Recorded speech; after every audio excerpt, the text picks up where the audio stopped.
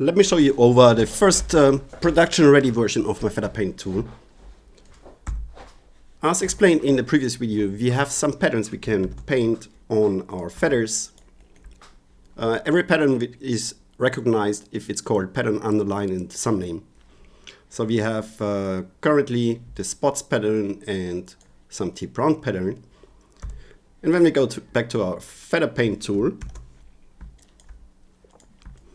we have some optimization options, like bypass the calculation and isolate layers, so we only see and work on one layer and only one layer gets calculated. A prune option to remove some barbs, and a width option to increase the width once we reduced it. And let me turn on bypass and add some layers. So we can add layers here. Remove layer, always the selected one gets removed. We can select it either on the tabs or in this drop down. So let me name some of them. First one is called green. Second one is called red spots. The third one is called yellow ramp. And the fourth one, some noise. So let's start by painting some of this layer. Your paint options are here in the paint masks. So we turn on the opacity and we can paint here.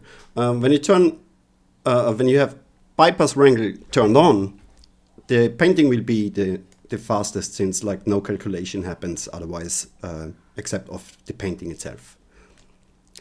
So we have red spots, which we paint here. And then like the yellow ramp, we want to have like in this area. And some noise we want to have overall. All right. Now let's see what we got here.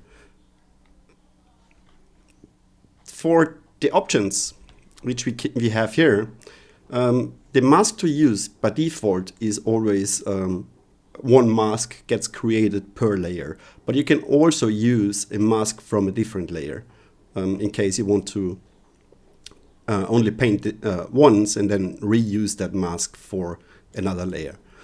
For the patterns, we can either use a pattern like, let me turn on isolate layer, like the one we painted, or the spots pattern, or the default pattern which gets created, which is just a fill color, so you can make like a constant color.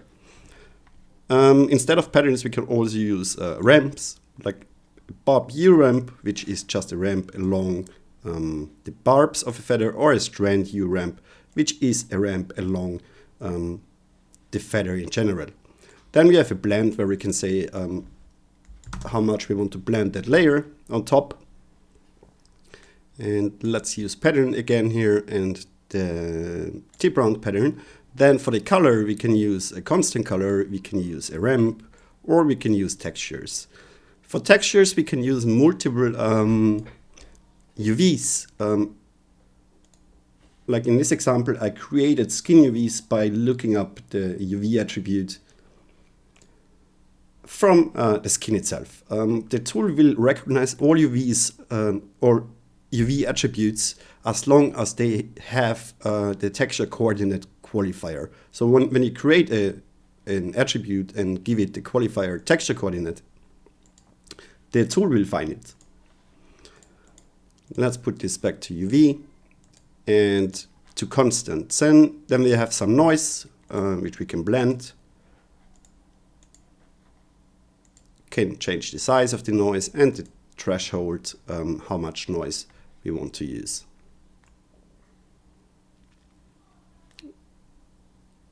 Alright, that's still a bug, so I will have to fix it.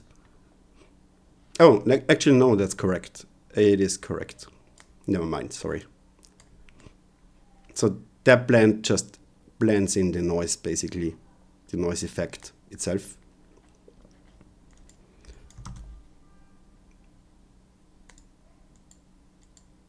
And the threshold is like the amount of noise added. All right, let's go to our red spots. So we want to have this red and we want to have our spots. And now go to yellow ramp. We want to have a ramp. Let's use sand here since it's yellowish. And yeah, we want to have a strand U. We could also say we want the ramp to be along the barbs from like the middle of the feather towards the barbs or along the feather itself. And then we said we want some noise. Let's use a ramp here. Call it strand U, and let's make this like bluish. And now we say we want to have something like this. Let's turn off isolate colors, isolate layers, so we see all our layers. And what we want to do now is we want to have our red spots on top of all other layers. So let's move this up one. You can already see on the yellow color that when we move the layer, it moves on top. And for the noise, we want it to be below all our other layers. So it's just a background noise, basically. All right, yeah, the paint options I already told you. What else is there? That's basically it. You can control what the selected layer is with the tabs and the drop down. Oh, and yeah, what is the output of this tool? The output is like the color itself. So you can use the color directly for rendering by just looking up the color, or let me visualize this here. You can, you also get all of the maps itself as float attributes, so you can kind of recreate the coloring in LookDev or in compositing.